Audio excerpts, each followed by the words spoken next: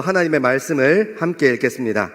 오늘 우리에게 주시는 하나님의 말씀은 신약 성경 사도행전 7장 54절에서 8장 1절의 말씀입니다. 사도행전 7장 54절로 8장 1절까지의 말씀입니다. 하나님의 말씀을 한 절씩 교독하여 읽겠습니다. 그들이 이 말을 듣고 마음에 찔려 그를 향하여 이를 갈거늘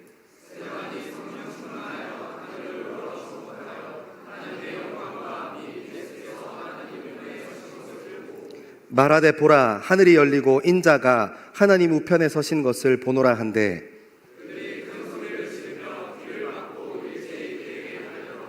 성 밖으로 내치고 돌로 칠세 증인들이 옷을 벗어 사울이라 하는 청년의 발 앞에 두니라.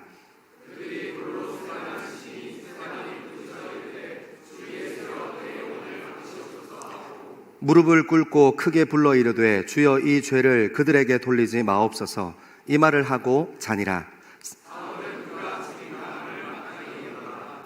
그날에 예루살렘에 있는 교회에 큰 박해가 있어 사도 외에는 다. 아멘. 이것은 살아계신 하나님의 말씀입니다. 아멘. 여러분 일주일 동안 잘 지냈습니까? 오늘은 성령 강림 주일입니다. 성령으로 충만한 저와 여러분 되기를 소망합니다. 여러분들에게 이제 잔소리 같은 그 꼰대 같은 이야기 하나 하고 시작하려고 해요. 여러분, 우리는 다음 주에 청년 발전 기금을 위한 헌금이 있는 주일입니다. 여러분, 이 헌금은 청년들을 위해서 사용되고 여러분들과 함께 예배하는 예배자들을 위해서 이렇게 그 물질을 흘려보내는 귀한 일에 쓰이게 됩니다. 저는 여러분에게 헌금하는 일에 동참하게 되기를 소망한다고 권하고 싶어요. 제가 목회자라서 그런 것도 있지만 전 여러분들이 하나님께서 여러분에게 주신 물질이 모두 다 여러분 것이 아닌 것을 떼고 훈련하는 연습을 하는 것이 필요하다고 말씀드려요.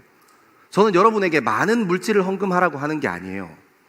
5,000원도 돼요. 10,000원도 돼요. 중요한 것은 마음을 내지 않는 것이 문제인 것이지 마음을 함께 내고 함께 동참하는 저와 여러분 되기를 소망합니다. 여러분, 제가 청년들 사역하다 보니까 진짜 극단적인 가난을 경험하는 사람이 있어요. 그래서 5,000원 헌금하는 일이 힘든 사람이 실제로 있어요. 여러분, 그러면 그 마음을 담아 적어서 헌금 봉투에 넣어주세요. 그럼 저희 목회자들이 받아서 같이 그들의 아픔과 그들의 삶의 자리를 두고 함께 기도하겠습니다. 여러분, 저는 여러분이 많은 돈을 하나님 앞에 내어드리면 여러분의 중심을 하나님께서 받으실 거니까 하나님께서 그것은 알아서 하실 문제고, 저는 여러분이 얼마를 내는지는 별로 관심 없어요.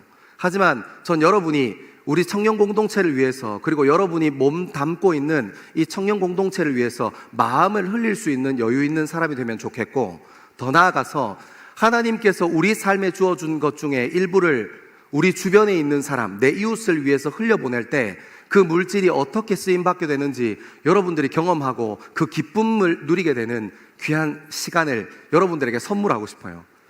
아시겠죠? 여러분, 중요한 것은 얼마를 하느냐가 중요한 게 아니에요. 중요한 것은 내가 거기에 함께 하고 있느냐가 훨씬 더 중요한 문제예요. 두 번째예요.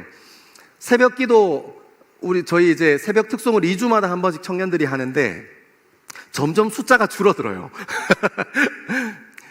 저는 사실 욕심나요. 전 여러분들이 토요일 그러니까 하루의 시작을 기도로 시작하는 것이 여러분 인생을 얼마나 활기차게 열어가고, 아침에 말씀을 묵상하고 말씀을 들음으로 시작하는 것이 전 여러분들의 삶에 얼마나 운동력 있고 살아있는 건지를 좀 함께 경험하고 싶어요. 그리고 여러분, 토요일 날 새벽에 나오려고 하면 금요일 날의 일정을 최대한 잘 정리해야 해요. 누구를 위해서요?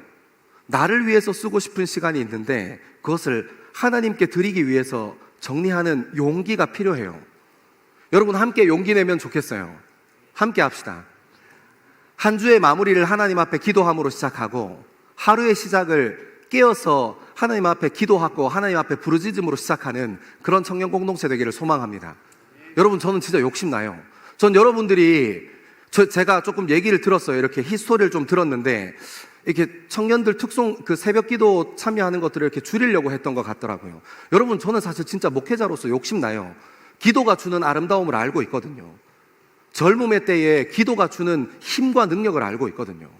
그래서 저는 여러분들이 함께 기도하는 자리에 동참했으면 좋겠어요. 저는 사실 여러분들이 토요일 새벽에 좀 모여지면 우리가 좀 손들고 나서서 남들이 안 하려고 하는 거 저희가 한 번 더 하겠습니다, 이렇게 얘기하고 싶을 만큼 새벽 기도에 대한 그런 마음이 있어요. 여러분, 함께 새벽을 넣어가는 저와 여러분 되기를 소망합니다. 네, 오늘은 갈 길이 머니까 요만큼만 하겠습니다. 여러분, 오늘은 우리가 함께 읽었던 하나님의 말씀은 너무 유명한 말씀이에요. 우리 스데반 집사님께서 이제 순교하셨던 자리, 우리 스데반 집사님의 마지막 자리를 기억하고 있어요. 스데반이라는 사람이 어떤 사람이었나 하는 것을 먼저 좀 생각해 보는 것으로 시작하면 좋겠어요. 여러분, 스데반은 어떤 사람이었냐면, 이 초대교회가 사람들이 말씀이 힘이 있고 흥왕하여 사람들이 모이기에 힘쓰기 시작했어요. 그랬더니 사람들이 이곳저곳에서 이렇게 모이기 시작했어요. 교회 규모가 점점점 커졌습니다. 그러니까 그 조직이, 그리고 교회가 커짐에 따라서 감당해야 할 사역이 많은 거예요. 그래서 이 사역들이 체계적으로 잘 이루어지지 않으니까 결국 사고가 일어납니다. 그 내용이 우리가 주중에 쭉 따라 읽어왔던 사도행전 6장에 과부를 구제하는 일, 헬라파 과부를 구제하고 히브리파 과부를 구제하는 일이 있었는데, 그 구제에 히브리파 과부들에게 이 구제하는 일이 쏠리기 시작하면서 그 구제하는 일에 문제가 생기고 삐그덕삐그덕거리기 시작해요. 그래서 그 일을 기점으로 사도들은 말씀을 묵상하고 기도하는 일에 전념했더라 하고, 이렇게 사도들은 그렇게 자기의 포지션을 잡고 그 교회를 위해서 일할 7명의 집사를 뽑았습니다. 그 7명 중에 한 사람이 스데반 집사였어요. 여러분, 한번 생각해 보세요. 개척교회를 시작했는데 사람들이 막 모이는 거예요. 이제 목회자들이 더 이상 본인의 일을 하면 말씀과 기도에 전념하면서 사역들을 감당하기 힘드니까 어떻게 하는 거예요? 평신도 사람을 세워서, 성도들을 세워서 이제 사역하는 일선에 이렇게 뛰게 하는 거예요. 여러분, 이것이 관리직이겠습니까? 여러분이 생각하는 이 교회에 있는 이제 장로님들처럼 그런 포지션들이었겠어요? 아니죠.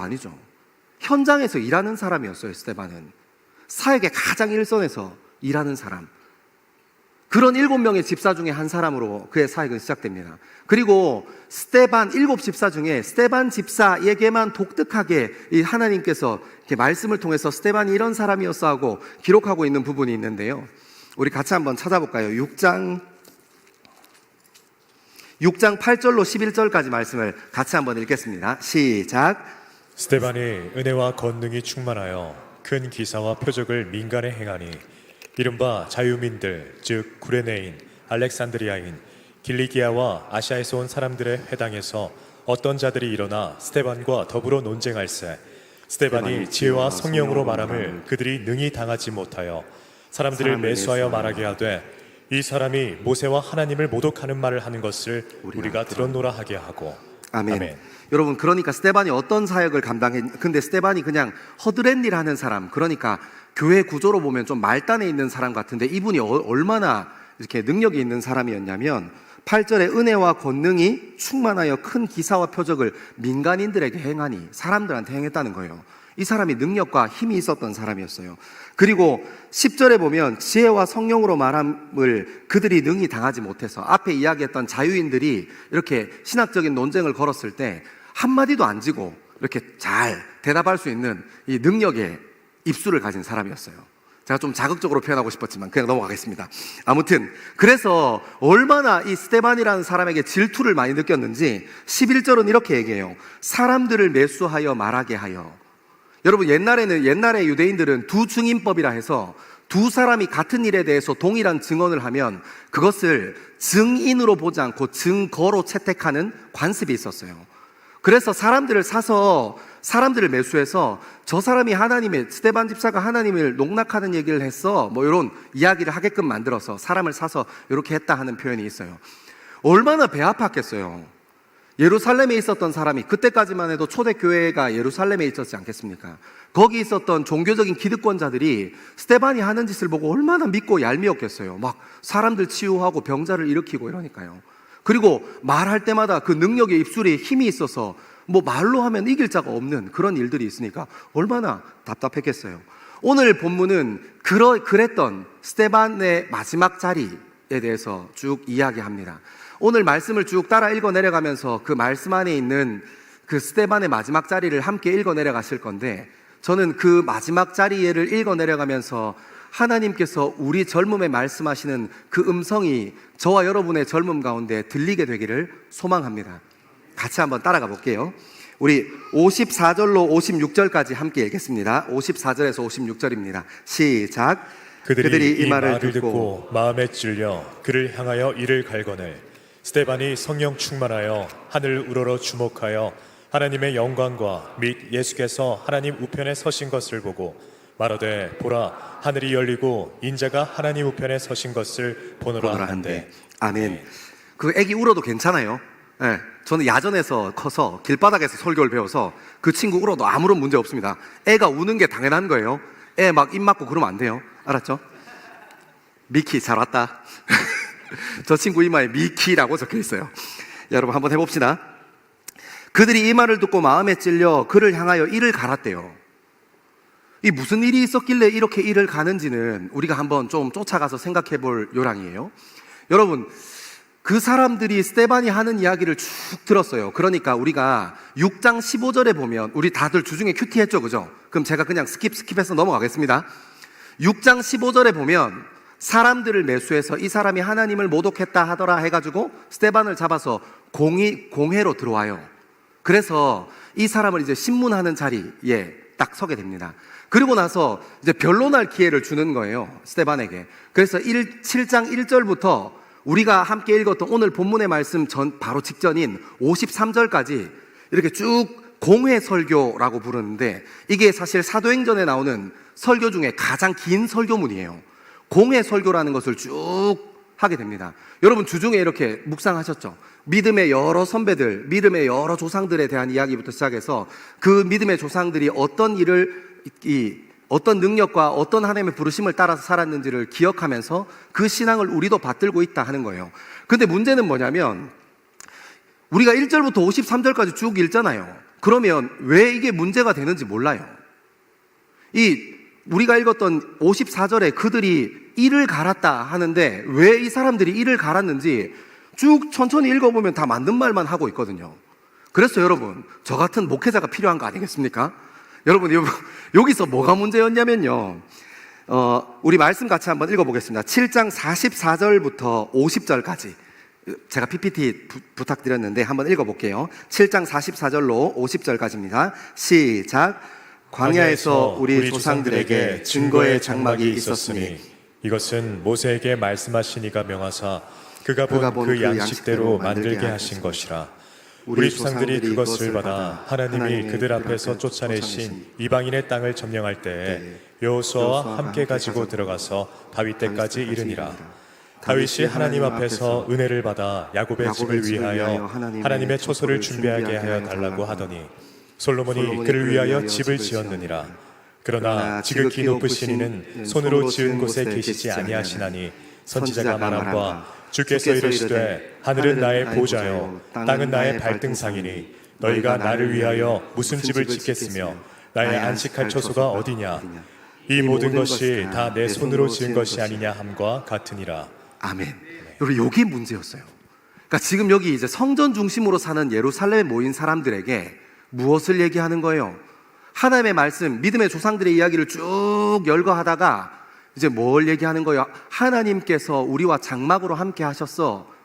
그리고 성전에도 함께 하셨지. 근데 이사야 선지자의 얘기를 들어봐. 하나님께서 어떻게 사람의 손으로 지은 것에 거기에만 있다고 하는 거야? 하고 뭘 선포하는 거예요? 탈성전주의를 선포하는 거예요.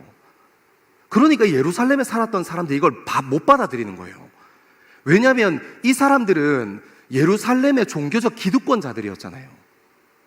이 사람들은 종교적인 전통이 자기들의 소유물이라고 믿고 사는 종교적인 기득권자들이었거든요.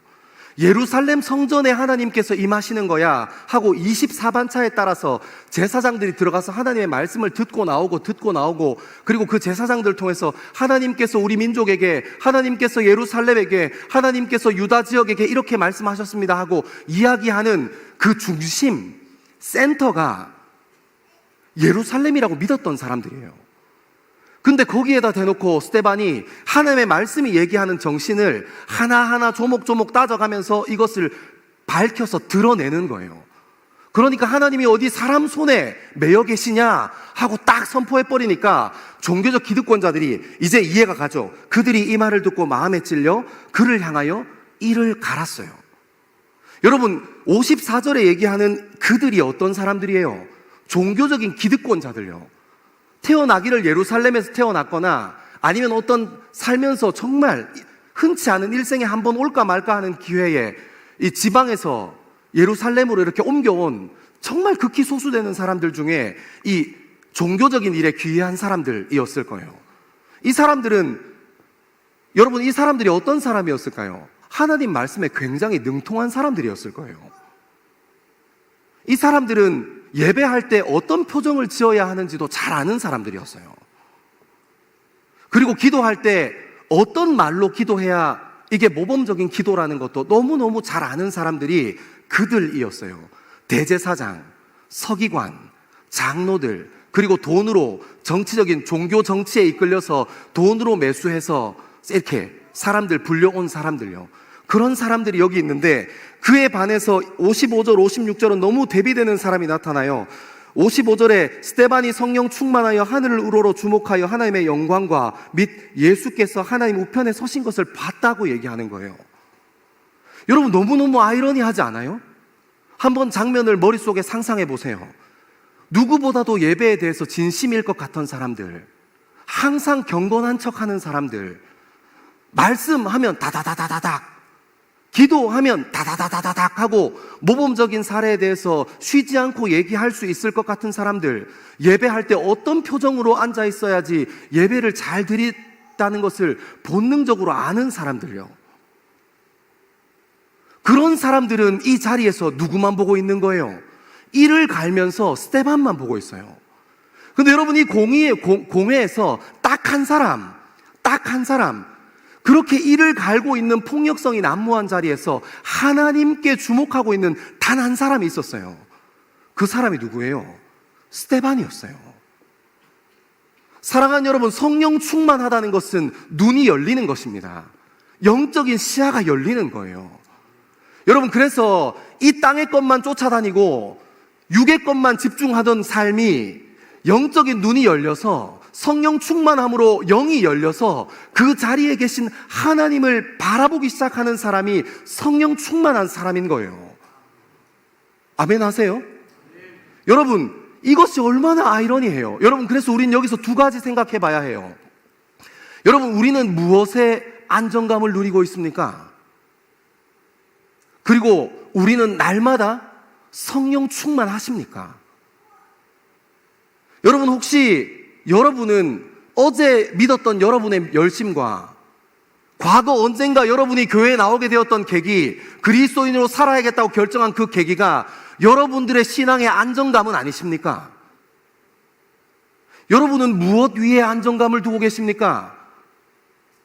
예배하러 나와서 찬양할 때는 이렇게 하는 거지, 그리고 기독교 문화란 이런 것이야 하고 누구보다도 여기 스데반을 향해서 이를 갈고 있는 사람처럼 너무너무 예배에 대해서, 기독교 문화에 대해서 잘 알고 있어서 나는 여기 오면 잘 어울리고 잘 섞일 수 있는 사람이지, 그것을 학습한 것으로 우리의 신앙의 안정감을 두고 계시진 않습니까?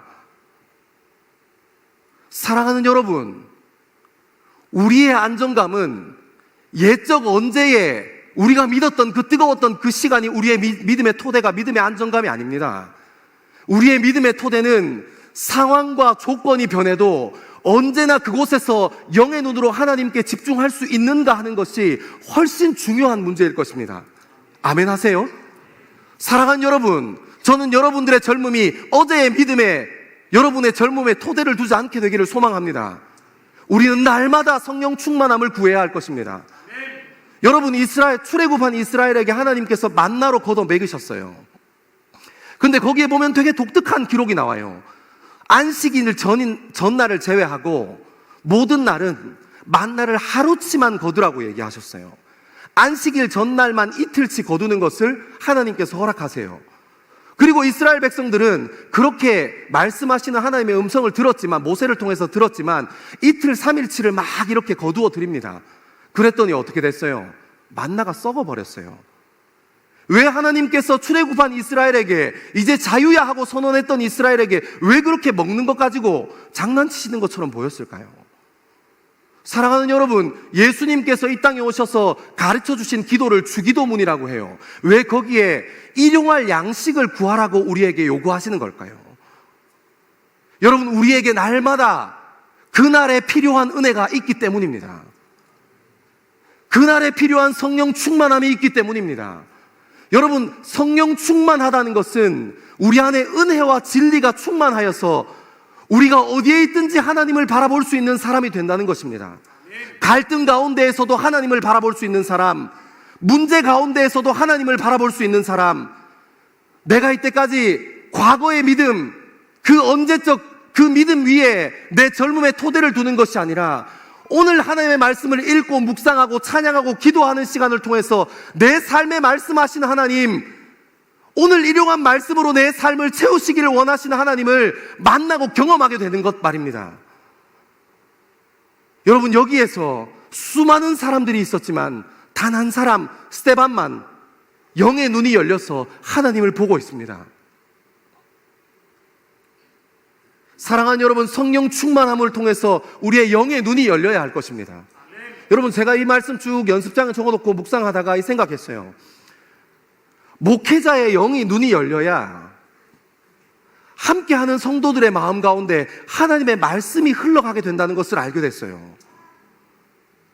목회자들이 눈이 감기고 영적인 눈이 둔하면 하나님의 말씀이 흘러가지 않아요. 자기 생각, 자기 마음, 지금 필요한 것에 꽂히기 십상입니다. 제가 이걸 어떻게 알까요? 제가 목회자니까 알죠. 여러분, 저도 여러분과 같은 성정이 똑같은 사람이에요. 전 특별하지 않습니다. 그래서 누구보다 잘 알고 있어요. 여러분, 우리 마을 목자로 섬기고 목자로 섬기시는 우리 청년 여러분, 여러분의 영안이 열려서 하나님의 마음으로 그 만나는 목원들을 바라볼 수 있어야, 청년들을 바라볼 수 있어야 여러분을 통해서 하나님의 마음이 흘러가게 될 것입니다. 아니면 어떻게 돼요? 휘둘려요. 그 자리에서 하나님께 집중하지 못하면, 그날 받은 은혜에 집중하지 못하면 내 삶도 흔들려요. 이 세상이 주는 재미난 것들, 눈앞에서 번쩍번쩍 하는 것들, 뭔가 우리 말초신경과 중추신경을 자극해서 뭔가 더 자극적일 것 같을 것들에 우리 마음을 다 빼앗기고 말아요. 그리고 주일날 교회 와요. 밤새도록 넷플릭스 보고. 사랑하는 여러분, 영안이 열리지 않으면, 오늘 나에게 충만한 은혜, 성령 하나님의 임재를 구하지 않으면 우리의 삶이 흔들려요. 그리고 더 나아가서 우리가 만나는 청년들에게 하나님 마음이 흘러가지 않아요. 사랑하는 여러분, 그리스도인이 날마다 성령 하나님으로 충만해서 영적인 눈이 열려야 합니다. 그리스도인들이 영적인 눈이 열리지 않으면 어떻게 돼요? 어제 믿었던 그 뜨거운 믿음에 우리 젊음에 안정감을 얻고 그렇게 살면 나는 믿는 사람이야 하고, 그렇게 나는 말씀 좀 잘하라 하고 안정감을 얻고, 말씀도 없고 찬양도 없고 기도도 없고 오늘 구해야 할 은혜도 없는 그 상태로 그리스도인이 이 세상을 살아가면 무엇으로 살겠어요? 자기의 성품으로 사는 거예요. 자기의 자존심으로 살게 됩니다. 하나님의 마음이 흘러가지 않아요. 하나님의 생각과 하나님의 정신이 흘러가지 않아요. 사랑하는 여러분, 저는 이 시간 이 말씀 앞에서 성령에 충만하여 영적인 눈이 열렸던 스데반과 같이 우리의 젊음 가운데에도 성령 하나님으로 충만하여 우리 삶 가운데 하나님을 보게 되는 놀라운 일들을 경험하게 되기를 소망합니다. 여러분, 우리가 누가 제일 전도하기 힘들까요? 어떤 사람이 제일 전도하기 힘들까요? 가까운 사람들이 전도하기 제일 힘들어요. 가족들 전도하는 일에 10년, 20년 걸려요. 왜 그럴까요? 나랑 가까우면 가까울수록 그 사람은 우리의 무엇을 봐요? 우리의 삶을 봅니다. 우리가 입 벌려서 몇 마디 짤랑짤랑짤랑 하는 거, 그 얘기 그 사람 듣지 않아요. 그 사람이 기쁠 때 어떻게 반응하는지, 행복할 때 어떻게 반응하는지 또 주목하고 그 기쁨과 그 즐거움에 함께 동참하지만, 반대로 이 사람이 아플 때 어떻게 하는지, 이 사람이 문제가 있을 때 어떻게 하는지를 주목해요. 그때 영안이 열리지 않으면, 그 자리에서 하나님을 바라보지 못하면 우리와 가까운 사람이면 가까울 사람일수록 니나 믿어라 해요. 나는 안 할란다, 니나 잘해라, 이렇게 얘기합니다. 왜냐하면 우리의 삶을 보고 있기 때문이에요. 여러분, 스데반의 죽음을 지켜봤던 그 수많은 사람들 가운데, 수많은 사람들이 스데반이 죽음 앞에 처해 있지만 하나님을 바라봤던 것을 주목합니다. 100명의 기억 중에 단 한 사람만 그곳에서 다른 하나님을 바라보고 있는 것인데, 하나님께서는 그것을 포기하지 않으시고 놓치지 않으시고 우리가 보는 말씀에 기록하고 계세요. 왜냐하면 오늘 우리가 성령 하나님으로 충만해야 할 것이기 때문입니다. 여러분, 전 여러분의 젊음 안에서 하나님을 보게 되는 놀라운 일이 있을 줄 믿습니다. 요한복음에 이렇게 얘기해요. 니고데모가 예수님 찾아와서 물으니까 어떻게 하면 거듭날 수 있습니까? 물과 성령으로 거듭나면 하나님을 본다 얘기했어요. 전 여러분이 눈에 보이는 하나님 앞에 붙들리게 되기를 소망합니다. 우리 조금 더 말씀을 따라 읽어 내려가 보겠습니다. 우리 57절로 58절의 말씀입니다. 시작. 그들이 큰 소리를 지르며 귀를 막고 성 밖으로 내치고 돌로 칠세. 증인들이 옷을 벗어 사울이라 하는 청년의 발 앞에 두니라. 아멘. 아멘. 중요하니까 한 번만 더. 우리 멋진 목소리 갑자기 사라져서 죄송합니다. 제가 너무 빨리 했죠? 자, 한번 천천히 한번 해보겠습니다. 57절, 58절 말씀 한 번 더 읽을게요. 시작. 그들이 큰 소리를 지르며 귀를 막고 일제히 그에게 달려들어 성 밖으로 내치고 돌로 칠세. 증인들이 옷을 벗어 사울이라 하는 청년의 발 앞에 두니라. 아멘. 아멘. 여러분, 57절에 이렇게 얘기해요. 그들이 큰 소리를 지르며 귀를 막았다. 그리고 일제히 그에게 달려들었다. 여러분, 한번 상상해 볼래요? 제가 이거 하다가 사실 전 엄청 빵 쳐졌어요. 사람들이 갑자기 으아 하면서 큰 소리를 질러요. 그리고 갑자기 귀를 막습니다. 그리고 나를 향해서 뛰어와요. 이렇게 너무 무서운 거야. 이 좀비 영화의 한 장면을 보는 것 같지 않겠습니까? 왜 귀를 왜 막고 뛰어와요? 그냥 와서 그냥 잡으면 되지. 아무튼 그런 상황이 벌어지는 거예요. 그리고 이어지는 내용은 그 사람 성 밖으로 내치고 돌로 쳐요. 여러분, 이 폭력성이 얼마나 무서운지 아시겠죠? 우리 안에 있는 하나님을 보지 못하는 사람들의 폭력성이 이만큼 심해요. 여러분, 공회에 잡혀왔다는 것은 나름대로 신문도 하고 반론도 하고 이렇게 법적인 절차를 거쳐서 진행하겠다는 거잖아요. 특별히 사람의 목숨이 살고 죽는 문제에 놓여 있어요. 그러니까 사형 집행이 왔다 갔다 하는 문제라고요. 그러니까 이 문제에 대해서 심각하게 신중하게 절차와 형식에 따라 진행해야 되지 않겠습니까? 근데 이 군중들이 화나서 이 원칙과 질서를 다 무너뜨려 버리는 거예요. 여러분, 우리 삶에도 그런 폭력성이 있어요. 우리 인간의 성품으로 살아가는 사람들은 하나님의 말씀이 살아계시고 진리여서 2000년 전에 스데반 집사님이 순교하시는 그 자리에서 일어났던 일처럼 요즘도 우리의 성품만 가지고 우리의 인생을 승부 보려 하는 사람들은 이런 일에 종종 엮이게 돼요. 엄청 큰 무서운 폭력성이요. 근데 오늘은 그거 아니고 조금 더 다른 데 집중해 보려고 해요. 그런데 58절 중반부부터 그 폭력성을 뚫고 하나님께서 뭔가 한 사람에게 주목하는 한 사람이 드러나요. 어떤 사람이 드러나요? 58절에 보면, 중반쯤에 보면 성 밖으로 내치고 돌로 칠세. 증인들이 옷을 벗어 사울이라 하는 청년 발 앞에 두니라. 무슨 일이 일어났을까요? 여러분, 유대인들은 사막 기후에서 살았기 때문에 일교차가 심하고 이 낮에 쏟아지는 태양빛이 너무너무 강했어요. 그래서 이 두루마기 같은 거 뚫뚫뚫뚫 말고 다니는 것을 가지고 이렇게 항상 겉옷으로 입고 다녔어요. 그 사람들은 어디에 이동할 때 이 여관이나 마을에 도착하지 못하면 그냥 길바닥에서 자야 했기 때문에 그것들을 덮고 자는 이불로 쓰기도 했어요, 실제로. 그러니까 이런 옷을 뚫뚫뚫뚫 말고 있으니까 어떤 거예요? 사람을 죽이려고, 살인을 위해서 돈을 던지려고 하니까 이 뚫뚫뚫 감고 있는 게 있으면 되겠어요, 안 되겠어요? 그러니까 이걸 벗고 있는 거예요. 그리고 나서 어디에 두는 거예요? 사울이라는 청년 앞에 그 옷을 놓는 거예요. 저는 이 말씀을 묵상하다가 처음에는 인간의 본성, 여전히 하나님께서 우리에게 얘기하시고자 하시는 인간의 본성에 대한 부분인 줄 알았어요. 근데 그러다가 그 인간의 추악한 본성을 뚫고 하나님께서 스데반의 끝에서 새로운 것을 시작하시는 것을 발견했어요. 오늘 설교의 제목처럼 우리의 끝에서 하나님께서 시작하시는 거예요. 여러분, 우리는 이 상황에는 없었지만 우리가 말씀을 읽으면서 우리는 이 사울이라는 청년이 어떤 사람으로 변하게 되는지를 이미 알고 있어요. 여러분, 사울이라는 청년이 이 자리에서 어떤 것 생각을 했을까요? 나중에는 8장 1절에는 사울이 그 사람의 죽음을 마땅히 여기더라 했어요. 하지만 그가 다메섹에서 하나님을 만나고 난 뒤에 이 스데반을 순교하는 장면이 어떻게 해석됐을까요? 여러분을 이 신앙의 자리로 인도해주고 여러분과 함께 믿음의 동력자로 함께 걸어왔던 사람들, 그 사람들이 여러분 마음에 어떻게 기억되고 있어요? 아마 사울도 바울도 그렇게 기억했을 거예요. 후대는 해석하고 기억했을 거예요. 사랑하는 여러분, 이 복음의 비밀이 여기 있더라고요. 성령 충만의 비밀이 여기 있더라고요. 성령에 충만한 사람의 끝이 누구의 시작이라는 거예요? 하나님의 시작이라는 거예요.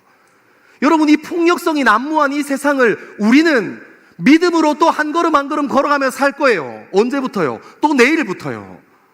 이 폭력성이 가득하고 음란이 가득하고 뭐만 하면 되지 않는 것 같은 엄청난 이 구조 속에 살아가는데 그 안에서 우리에게 하나님께서 말씀을 통해 뭐 얘기하고 싶으신 거예요?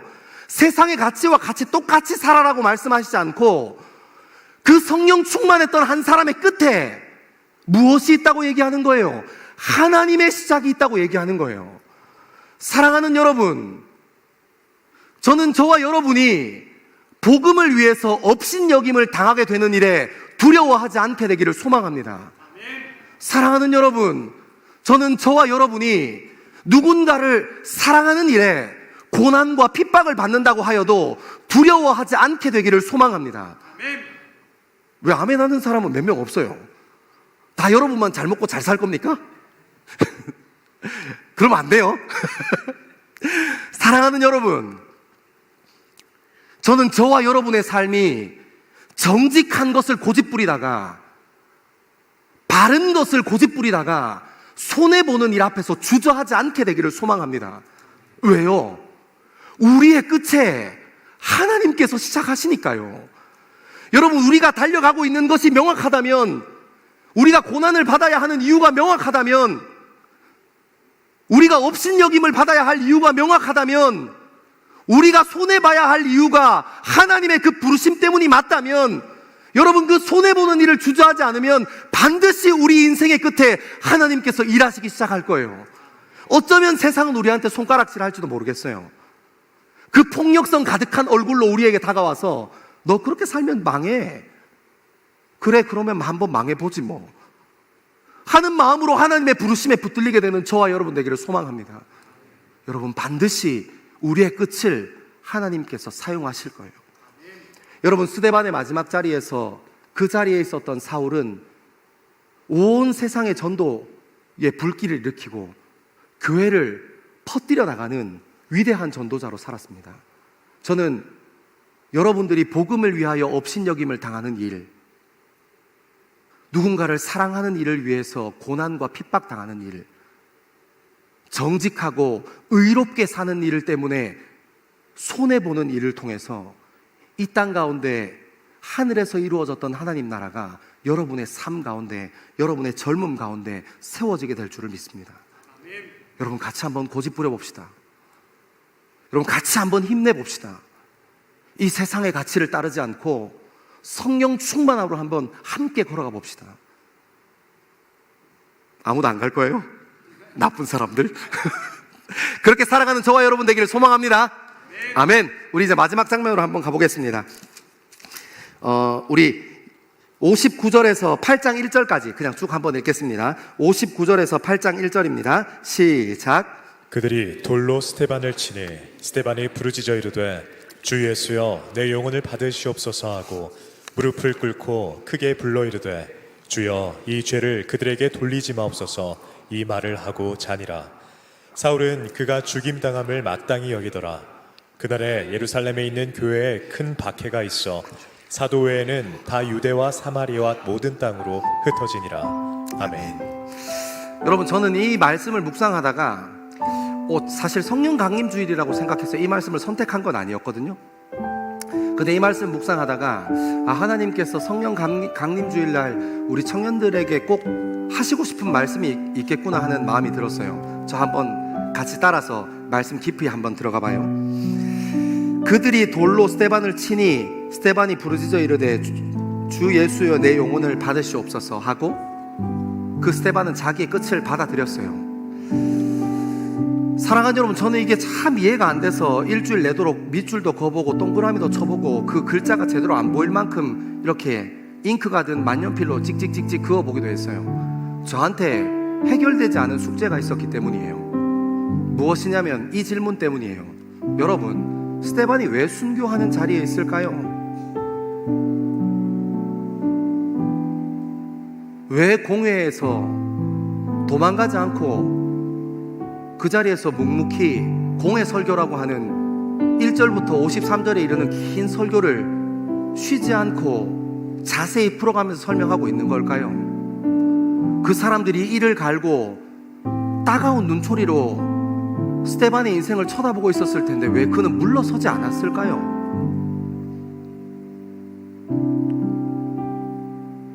왜 스데반은 그 자리에서 죽기로 결정할 수 있어? 왜 죽기로 결정했을까요? 우리가 8장 1절을 같이 읽었어요. 스데반이 죽는 일로 끝나지 않았어요. 그때부터 초대교회, 예루살렘에 있었던 초대교회의 박해가 본격적으로 시작됩니다. 그리고 사도를 제외하고 나머지 사람들은 유대와 사마리아와 온 열방으로 흩어져서 교회가 됐어요.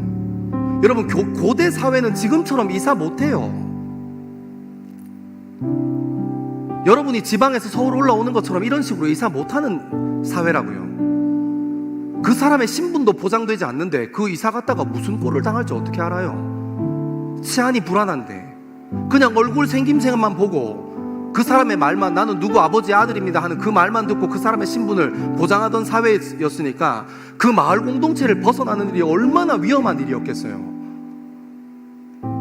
근데 왜 핍박이 가해졌을 때 그 사람들은 그냥 옛날에 그래도 지구는 돈다 했던 것처럼 한마디만 이렇게 좀 공회 앞에서만 말 다르게 하고 그냥 예루살렘에 살면 되는데 왜 그 고대 사회의 미지의 땅이었던 것 같은 이방 땅으로 그들의 인생을 내몰아서 그렇게 가냐는 거예요. 사실 제가 알고 있었어요. 정답에 대해서 알고 있었어요. 왜 죽음 앞에 놓여서 그 죽음을 받아들이기로 했는가? 왜 공회로 잡혀갈 것 뻔히 알면서 도망가지 않았는가?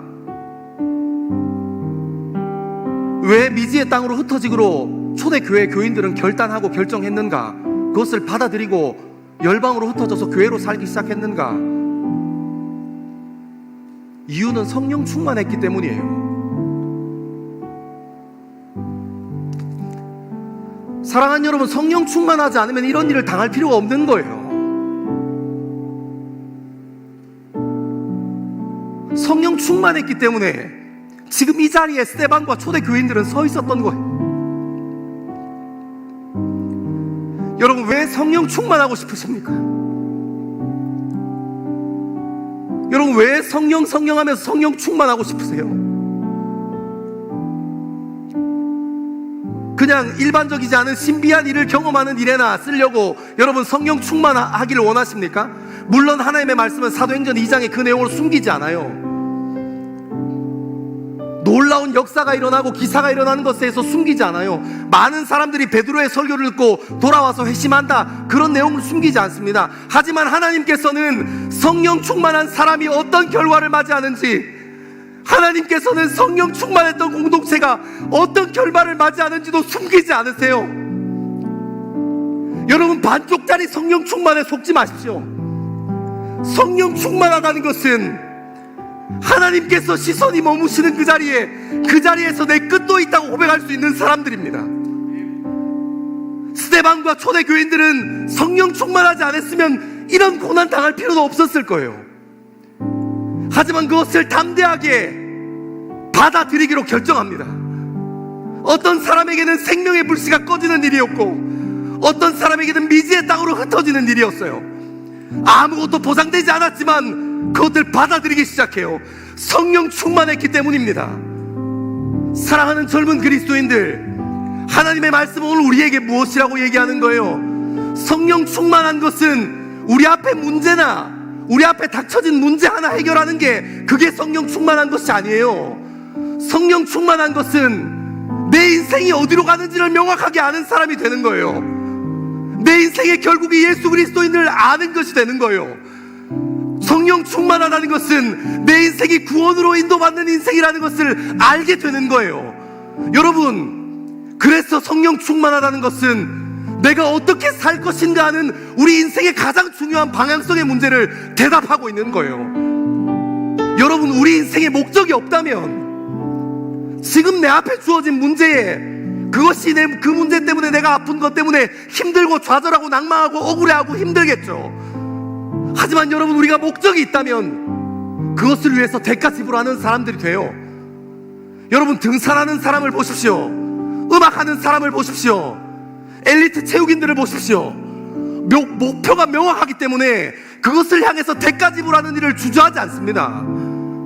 그것으로 인해서 목적을 향해서 나아가는 일의 문제는 더 이상 문제가 아닙니다. 왜냐하면 우리가 가야 할 곳이 명확하기 때문입니다. 사랑하는 여러분, 저는 여러분이 성령 충만해서 우리가 어디로 가야 하는 사람인지 알게 되기를 소망합니다.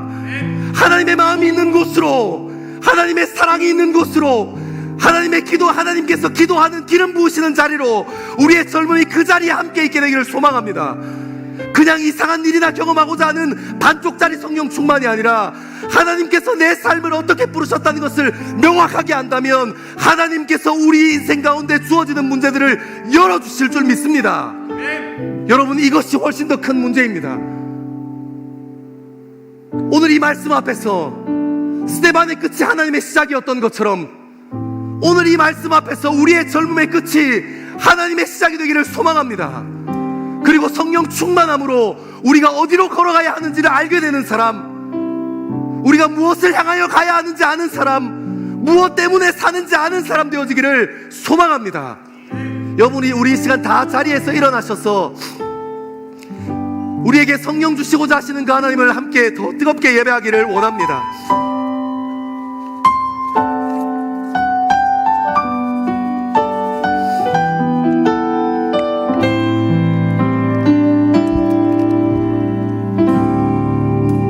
빛으로 임하신 주, 나를 비추시네. 내 안에 연약함 모두 씻어주시고 나를 귀히 여기 삼으시네. 내 삶에 임하신 주,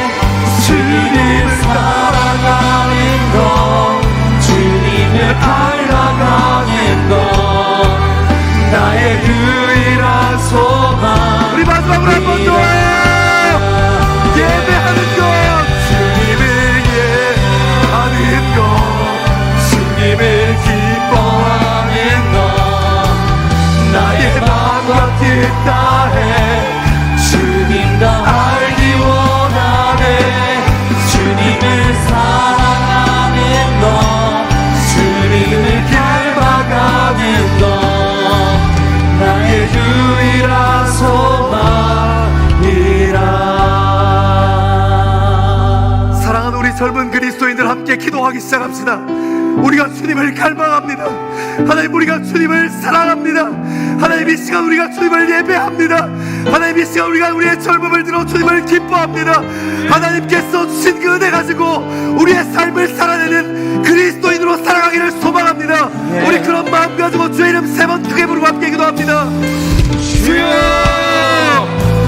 주여,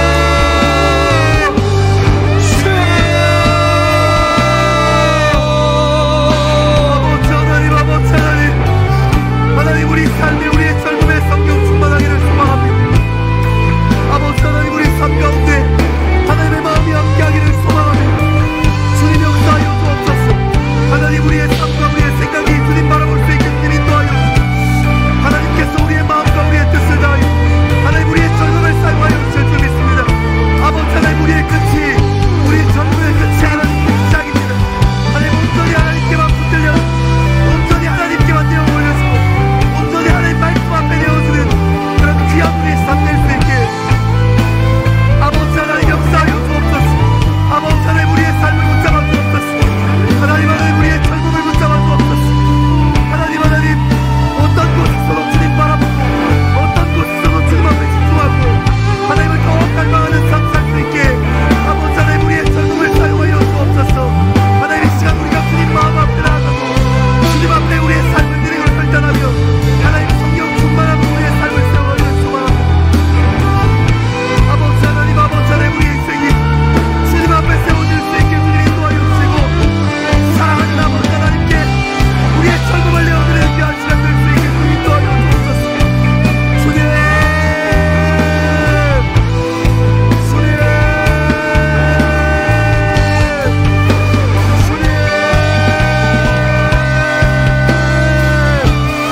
아버지 하나님, 우리의 삶을 붙잡아 하나님, 우리의 삶이 주님 앞에 바르게 들어갈 수 있게 주님 역사하여 주옵소서. 주님, 우리의 삶을 인도하여 주옵소서.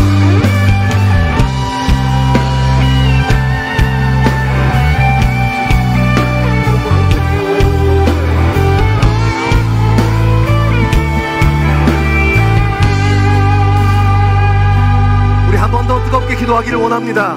기도하실 때 순교의 자리에서 영의 눈이 열려서 하나님을 바라보았던 것처럼 그 우리가 살아가는 이 세상의 풍요성 앞에서도 우리의 성품과 우리의 가치대로 살지 않고 하나님의 성품으로 하나님의 시선으로 우리의 젊음의 삶 가운데 하나님을 바라보게 되어지기를 소망합니다. 하나님께서 우리의 영안을 열어주시고 우리의 영안이 열려 우리가 어디에 있든지 무엇을 하든지 믿음의 사람으로 하나님을 바라보는 사람으로 세워져 가기를 소망합니다. 우리 그렇게 한번 다짐하고 결단하면서 한 번 더 주의 이름 세 번 크게 외치고 함께 기도합니다. 주여, 주여, 주여. 주님, 우리의 삶을 붙잡아 주옵소서. 주님, 우리의 삶을 붙잡아 주옵소서. 아버지 하나님, 우리의 삶을 붙잡아 주옵소서. 주님, 우리의 젊음을 붙잡아 주옵소서. 하나님, 성령 충만하니 하나님, 우리의 삶의 젊음의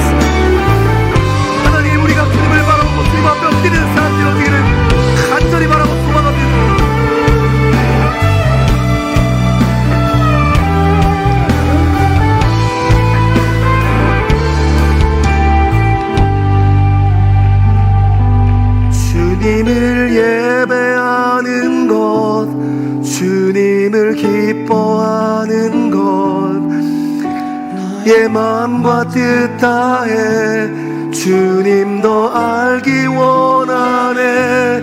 주님을 사랑하는 것, 주님을 갈망하는 것, 나의 유일한 소망이라. 주님을 예배하는 것, 주님을 예배하는 것, 주님을 기뻐하는 주님 이것이 우리의 젊음의 고백입니다. 나의 마음과 뜻 주님 이것이 우리의 젊음의 고백입니다. 주님 더 알기 원하네. 주님을 사랑하는 것, 주님을 갈망하는 것, 나의 유일한 소망. 우리 한 번만 더 고백합시다. 주님을 예배하는 것, 주님을 예배하는 것, 주님을 기뻐하는 것, 나의 마음과 뜻 다해 주님을 알기 원하네. 주님을 사랑하는 것, 주님을 갈망하는 것, 나의 유일한 소망이라. 그렇습니다. 하나님, 우리가 입술을 벌려 고백했던 것처럼 주님을 사랑하는 것이 우리 삶의 소망입니다. 하지만 하나님, 우리는 하나님보다 이 세상을 더 사랑할 때가 많고, 이 세상의 폭력성 뒤에 숨어서 살고 싶어하는 우리의 모습을 바라봅니다. 사랑하는 하나님, 그래서 우리가 더욱더 말씀으로 내어 몰려지고 기도하고 찬양하는 자리로 내어 몰려질 수 있게 우리의 젊음을 인도하여 주옵소서. 하나님이 없으면 단 하루도 우리의 마음을 지키기 힘든 연약한 죄인들입니다. 하나님, 우리의 젊음을 받아 주옵소서. 우리가 노래했던 것처럼 주님을 더 사랑하고 주님을 더 갈망하는 것이 우리 젊음이 될 수 있게 주님 인도하여 주옵소서.